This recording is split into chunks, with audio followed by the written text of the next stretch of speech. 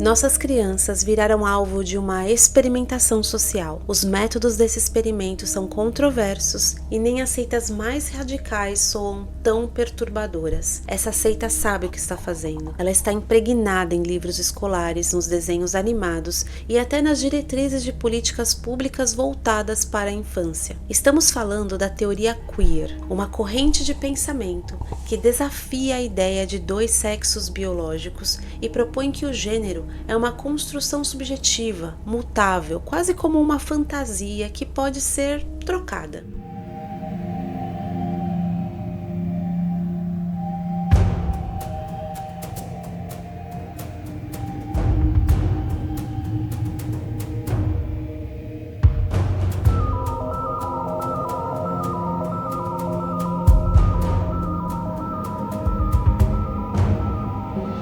It's not anything in particular. There is not one particular thing. It could be many things to many people. Some women have penises, right? Some men have vaginas. I like scented candles. I've watched Sex and the City. Yeah. How do I know if I'm a woman? That's a great question. I'm not a woman, so I can't really answer that.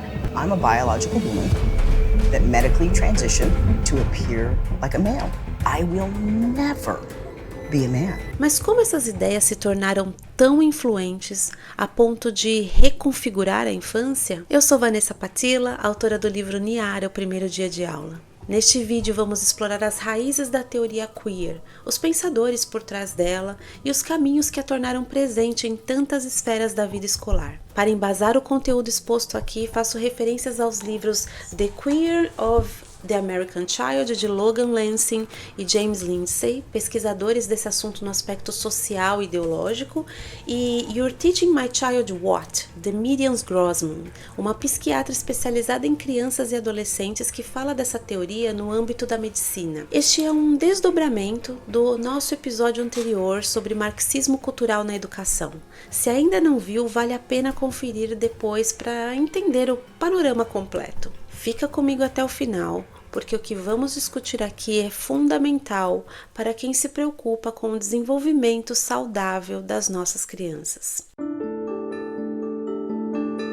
A ideologia de gênero não apareceu do nada. Ela tem raízes profundas que começam numa visão de mundo baseada no marxismo. Marx acreditava que o ser humano podia moldar toda a realidade, que essa transformação precisava ser radical, coletiva e revolucionária. Era como se o ser humano pudesse se tornar o Deus da própria história. Ele mesmo escreveu que a crítica à religião não era só para negar Deus, mas para colocar o homem no centro de tudo. Mais tarde, autores como Paulo Freire trouxeram essa ideia para a educação. Falaram em libertar o oprimido das amarras das normas do sistema opressor. Para esta libertação ocorrer, é preciso então desconstruir a própria identidade. E talvez esse tenha sido o jeito mais eficaz de atacar os valores que sustentam a sociedade ocidental. Essa mentalidade vem de alguns pensadores também marxistas, como por exemplo a filósofa Simone de Beauvoir, um dos pilares do feminismo moderno, que via os ovários e o útero como peculiaridades do corpo feminino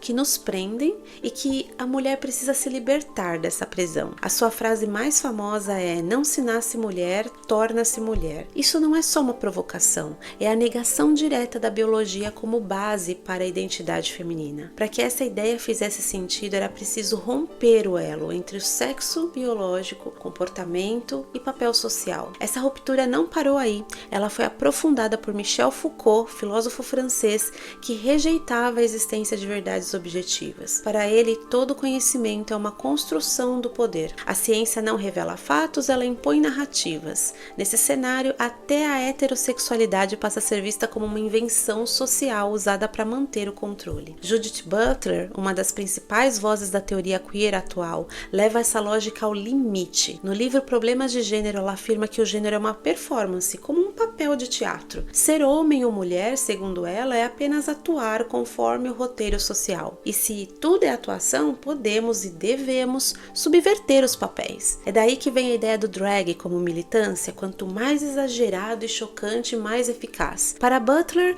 um homem de barba e maquiagem, uma mulher com traços masculinos, não são apenas expressões pessoais, são ataques diretos à ideia de que homem e mulher são categorias fixas. O objetivo é claro, desconstruir a identidade baseada no corpo, no sexo, na realidade biológica, substituir tudo isso por experiências subjetivas, mutáveis, encenadas. Nada é fixo, tudo é fluido e quanto mais subversivo, melhor. E sabe a educação sexual implementada nas escolas hoje? Ela foi moldada por um cientista de insetos. Sim, Alfred Kinsey, conhecido como o pai da revolução sexual, ele era especializado em insetos, mais precisamente vespas. E foi só depois que mergulhou no universo da sexualidade humana, sem formação na área, e mudou radicalmente a forma como a sociedade passou a enxergar a sexualidade humana. Ele acreditava que sem as amarras da moral tradicional, as pessoas explorariam livremente sua sexualidade desde muito pequenos, se sentiriam atraídas por ambos os sexos, praticariam todo tipo de comportamento sexual e veriam a fidelidade como algo sem sentido. Para ele, quase tudo era válido, menos a abstinência, que considerava ultrapassada e até prejudicial. As obras deste homem se tornaram referência nas diretrizes da educação sexual escolar. Após a sua morte, Mary Calderon continuou sua missão. Calderon, inclusive, fundou o Conselho de Informação e Educação Sexual dos Estados Unidos, a organização que espalhou as ideias de Kinsey pelo sistema educacional. A proposta? Introduzir conteúdos sexuais explícitos desde cedo, tratando a sexualidade infantil como algo natural e a ser incentivado. E como peça-chave nesse quebra-cabeça da construção da identidade de gênero no século XX, surgiu o psicólogo John Money. Em 1955, ele apresentou a ideia de que o gênero não está ligado ao corpo biológico ou aos cromossomos, mas sim a uma sensação interna de ser homem ou mulher. Segundo ele, os bebês nasceriam neutros quanto ao gênero, sendo moldados com o tempo pelos estímulos que recebem da família, da escola, da cultura e da mídia. Segundo ele, essa identidade de gênero se estabeleceria até os 3 anos de idade. Antes disso, acreditava que ela seria maleável, ou seja, poderia ser direcionada de acordo com o ambiente. Um dos casos mais chocantes ligados às ideias de John Money foi o de Bruce Raymer, um menino canadense que, após uma circuncisão mal sucedida, teve sua genitália destruída. Com base nas orientações de Money, os pais decidiram criá-lo como menina, passando a chamá-lo de Brenda. Enquanto isso, seu irmão gêmeo Brian continuou sendo criado como menino. Money viu nesses irmãos a oportunidade perfeita para testar suas teorias e os tratou como cobaias humanas. Para comprovar que a identidade de gênero era algo inteiramente construído pelo ambiente, submeteu os gêmeos a experimentos cruéis e abusivos, inclusive incentivando simulações de atos sexuais entre eles ainda na infância. Uma verdadeira atrocidade travestida de ciência. Mesmo diante do sofrimento evidente de Brenda, que nunca se identificou como menina, Money divulgou o caso à comunidade médica como um grande sucesso, sendo aclamado por setores que desejavam provar que o gênero é uma construção social. By me not saying anything, the medical community was under the impression that my case was a success story. I was shocked when I heard that people thought that my case was a success story. Tornou-se por um tempo um herói para quem queria sustentar a ideia de que ninguém nasce mulher ou homem, mas a realidade não podia ser ocultada para sempre. Brenda, ao crescer, abandonou a identidade imposta, passou a se chamar David e lutou para viver como homem. No entanto, os danos causados por uma infância de abuso e negação da sua natureza foram devastadores. Tanto Davi quanto seu irmão Brian tiraram a própria vida. 2 destinos trágicos selados por uma ideologia que ignorou a verdade do corpo, da mente, da dignidade humana. I'm living proof, and if you're not gonna take my word as gospel, because I have lived through it, who else are you gonna listen to? Who else is there? I've lived through it. Like, is it gonna take somebody to wind up killing themselves, shooting themselves in the head for people to listen? São esses os pensadores por trás das bases da educação sexual moderna e dos atuais protocolos de identidade de gênero. É essa a pseudociência que muitos ativistas ainda apontam como evidência para justificar práticas que, na realidade, ferem princípios éticos, científicos e humanos.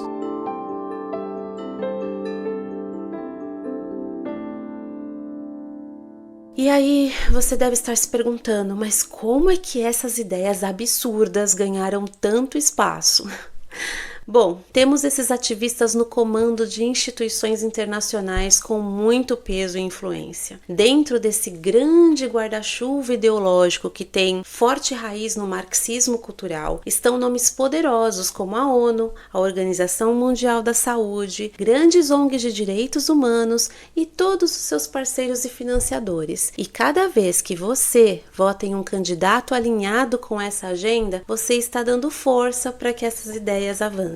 Um exemplo claro disso é o Programa de Educação Sexual Abrangente, promovido pela Unesco dentro do Plano da Agenda 2030 da ONU. Recomendo que leiam este material, deixarei o link aqui na descrição do vídeo. Este programa de educação sexual tem como pilares a educação sexual baseada no prazer e cidadania sexual. E mais, o documento diz que ensinar apenas a parte biológica do corpo e da reprodução é insuficiente. Segundo eles, o foco deve estar também no desejo, na diversidade sexual e no prazer, inclusive para crianças. Sim, crianças a partir dos 5 anos de idade, que para eles já estão prontos para ouvir falar dos tipos de relações e o tocar a si mesmo. Não contentes com isso, eles dizem explicitamente que essas discussões propiciam o questionamento de papéis rigidamente estabelecidos a homens e mulheres na sociedade. Parece muito Simone de Beauvoir falando, né? Será que é uma coincidência? Esse material é direcionado para professores do ensino básico e sugere atividades como brincadeiras, contação de histórias, teatro com fantoches, filmes, tudo isso para abordar temas de sexualidade desde os primeiros anos escolares.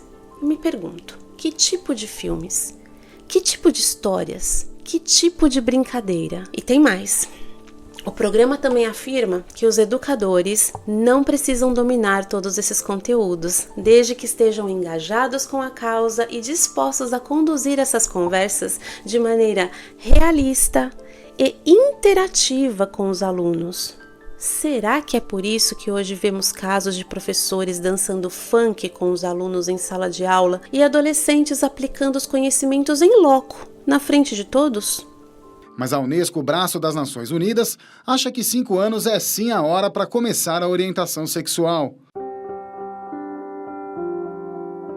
Nos Estados Unidos, até o final do governo anterior, e aqui no Canadá ainda é assim, a recomendação oficial é que se uma criança disser que se identifica com outro gênero, a escola deve aceitar e tratar aquilo como um fato. Não se pode questionar, negar a identidade declarada de um aluno é considerado violação dos direitos civis. Nos Estados Unidos, a identidade de gênero passou a ter peso legal depois de um caso julgado pela Suprema Corte Americana, que decidiu que demitir alguém alegadamente por ser trans feria a lei dos direitos civis. Depois disso, virou lei que as pessoas devem ser tratadas pelo que elas sentem que são. Então, lá na escola, no clube, no shopping, se um menino se identifica como menina, ele não pode ser impedido de entrar nos espaços exclusivamente femininos. Essas mudanças não foram acidentais.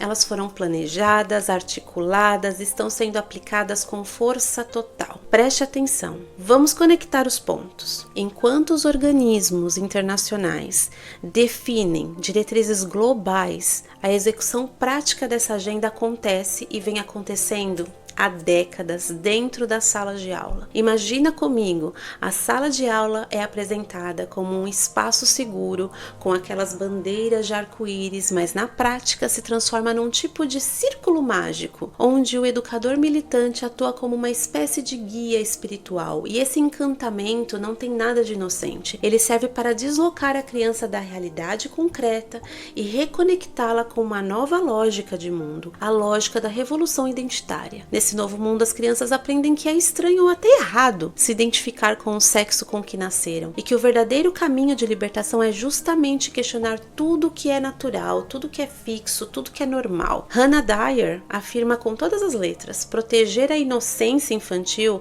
é, segundo ela, um ato de violência. Sim, violência. Na visão queer, deixar uma criança crescer com tranquilidade dentro de um desenvolvimento natural é negar a ela a chance de explorar a sua futura identidade queer. James Lindsay chama isso de queering the child, tornar a criança queer, ou seja, afastá-la da estrutura da infância tradicional. A nova ideia é que toda criança já seria queer por natureza, só falta ela descobrir isso. E o papel da escola, dizem eles, é ajudá-la a se encontrar.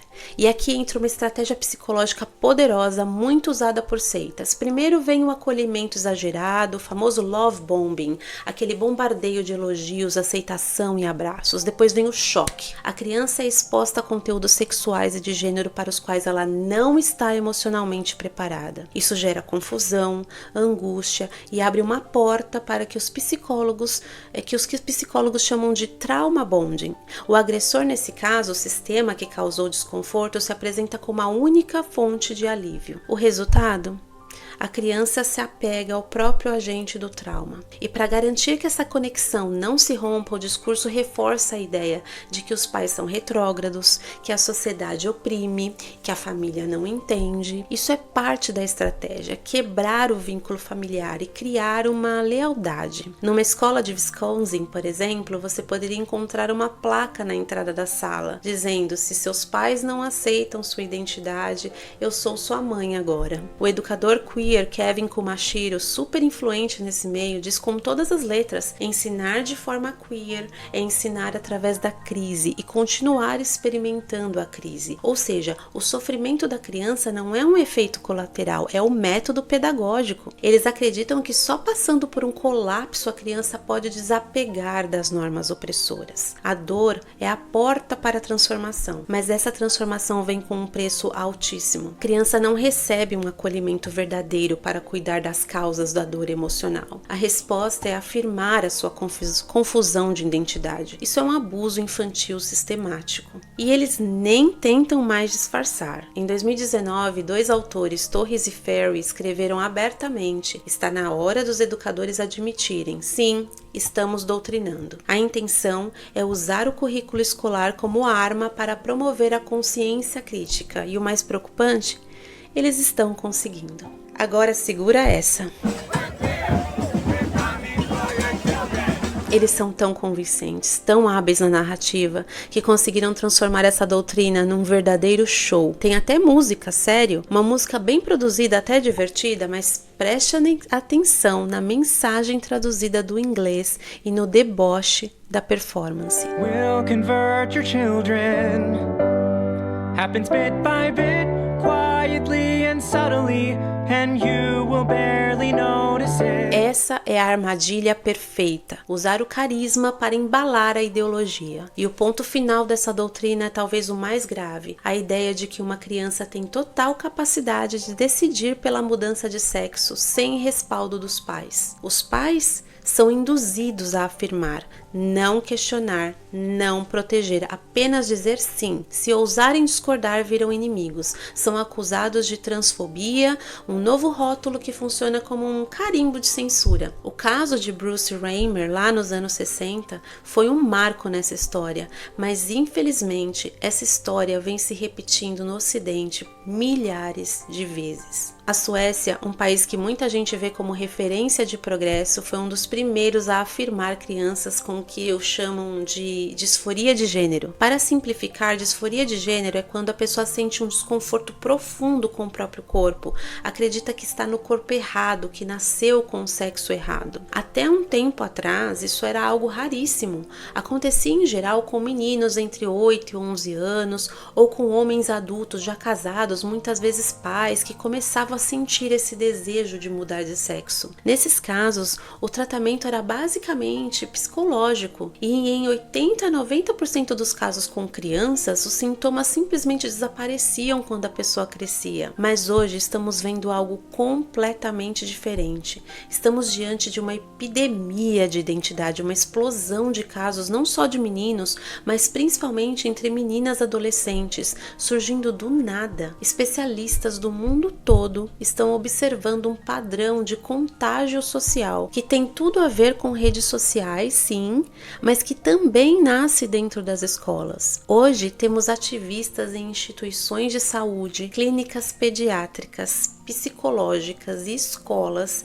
que dizem que é dever do adulto afirmar o que a criança sente, mesmo que isso contrarie a biologia, a lógica e o bom senso. E aí vem a parte mais triste. Muitas dessas crianças já estão emocionalmente frágeis por outros motivos. Algumas são autistas, outros têm históricos de trauma ou algum transtorno não diagnosticado, mas isso não está sendo levado em consideração. Na Suécia, investigações recentes descobriram que adolescentes estavam iniciando o tratamento de transição antes mesmo de passarem por avaliação psicológica. E o que é esse tratamento? É tomar remédios para bloquear a puberdade, muitas vezes em conjunto com o hormônio do sexo oposto. Sim, uma criança de 11 anos tomando testosterona ou estrogênio, hormônios potentes que mudam o corpo de forma irreversível. Muitas clínicas dizem que esses bloqueadores são seguros e reversíveis, mas o que estamos vendo é que esses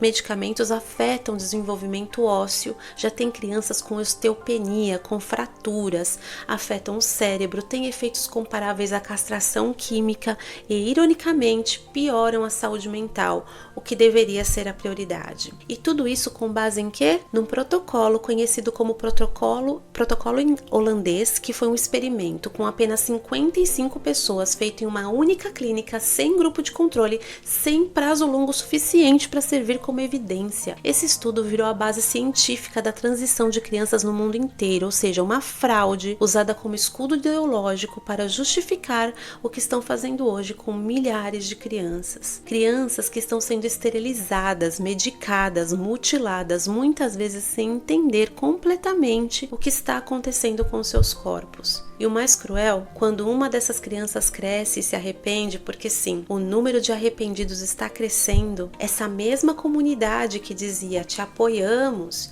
vira as costas. Esses jovens são chamados de traidores, são silenciados, eles não podem aparecer. A boa notícia é que os países nórdicos, como Suécia, Finlândia, Noruega, baniram esse tipo de tratamento, assim como o Reino Unido. Estados Unidos parece estar neste ponto e esperamos que sirva de exemplo para o mundo. Você deve estar dizendo para si mesmo: o que acontece com esses pais? Porque eu nunca faria isso com meu filho. Eu acredito em você, mas parece que fica difícil para os pais perceberem o que está acontecendo, porque o discurso vem embalado por palavras bonitas, inclusão, diversidade, empatia. Você pode ser um desses pais que acha uma causa justa incluir pronomes na sua assinatura, que fica emocionado ao ouvir histórias na TV sobre crianças que sofrem com sua identidade de gênero e que lutam por um tratamento, que acha até divertido assistir a parada gay. E para falar a verdade, no ambiente escolar, muitos desses professores não fazem nem ideia de tudo que envolve essa ideologia, mas muitos deles sabem e vão deliberadamente tentar esconder a verdade sobre o que está acontecendo da porta para dentro da escola, ou vão censurá-lo, cancelá-lo ou agredi-lo por você tentar debater com eles. Não há debate com essa ideologia se suas bases são a natureza, a biologia, a verdade intrínseca do ser humano. Entende quão complexo é isso? Na cartilha desses professores, que em muitos casos genuinamente acreditam que estão protegendo essas crianças, lá diz claramente: os pais não têm direito de saber quem são seus filhos. Isso deve ser conquistado. Imagine ouvir de um médico: é melhor um filho trans vivo do que um filho hétero morto. É uma frase cruel, um sequestro emocional, uma chantagem com aparência de cuidado. No Canadá, as instituições e a justiça chegam a tirar a guarda dos filhos, e até há casos de prisão de pais que se opuseram ao tratamento dos filhos. Um juiz chegou a declarar em corte que era uma violência familiar esse pai chamar o próprio filho pelo seu nome de nascimento e não pela nova identidade de pronome escolhidos por ele aos 14 anos de idade. Eu, nessas pesquisas, me deparei com diferentes perfis de pais. Os que ingenuamente acreditam nos profissionais de saúde e educação e só percebem a armadilha em que caíram depois que já fizeram tudo que eles mandaram. Outros pais que, talvez por uma convicção marxista, ou talvez por um medo de não ser taxado de transfóbico, opressor ou intolerante, passam a incentivar ou até criam seus filhos para que se tornem trans. Sim, há mães que dizem ter reconhecido que seu filho nasceu no corpo errado quando ele ainda nem falava. Crianças de 1 ano, bebês, sendo protegidas projetados num roteiro que nem pertence a eles.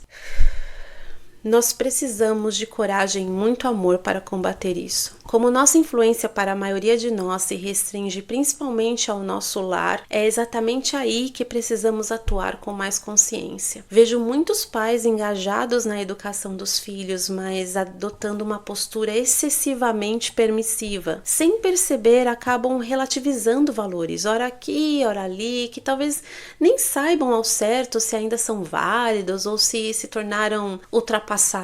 Então, quero te convidar a refletir comigo. Você tem dúvida de que seu filho adolescente não é um mini adulto e que não tem maturidade para tomar decisões complexas sozinho? A ciência comprova, o cérebro do adolescente ainda está em desenvolvimento. A última área a se formar é justamente a responsável por avaliar riscos e consequências, ou seja, a que permite decisões sábias. E sabe quando essa área se consolida? Apenas por volta dos 25 anos. Então, por que seu filho tem um smartphone com acesso irrestrito a sites e redes sociais onde crianças e ativistas estão prontos para ajudá-lo a decidir sobre sua iniciação sexual? Você tem dúvida de que a sexualidade precoce, a sexualização precoce promovida nas escolas e nas redes sociais coloca seu filho em risco emocional e físico? As consequências são reais: doenças sexualmente transmissíveis, riscos de infertilidade, sofrimento psicológico, até uma gravidez indesejada. Então, por que entregamos aos nossos filhos um aparelho que abre caminho para conteúdo que vendem o sexo como um direito absoluto ao prazer a qualquer custo?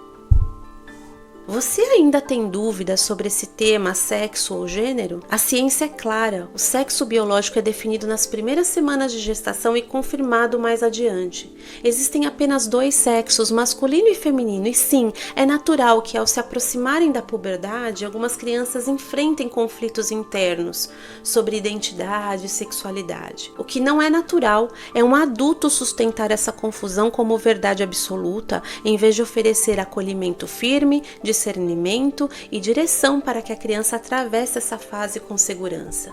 É claro que existem exceções, há sim casos de sofrimento real que merecem atenção e cuidado, mas exceção não pode virar regra. Você tem dúvidas sobre sua autoridade como pai ou mãe, sobre sua responsabilidade diante dessa criança e de suas necessidades reais? Nossos filhos precisam daquilo que o sistema jamais oferecerá: limites, clareza e proteção.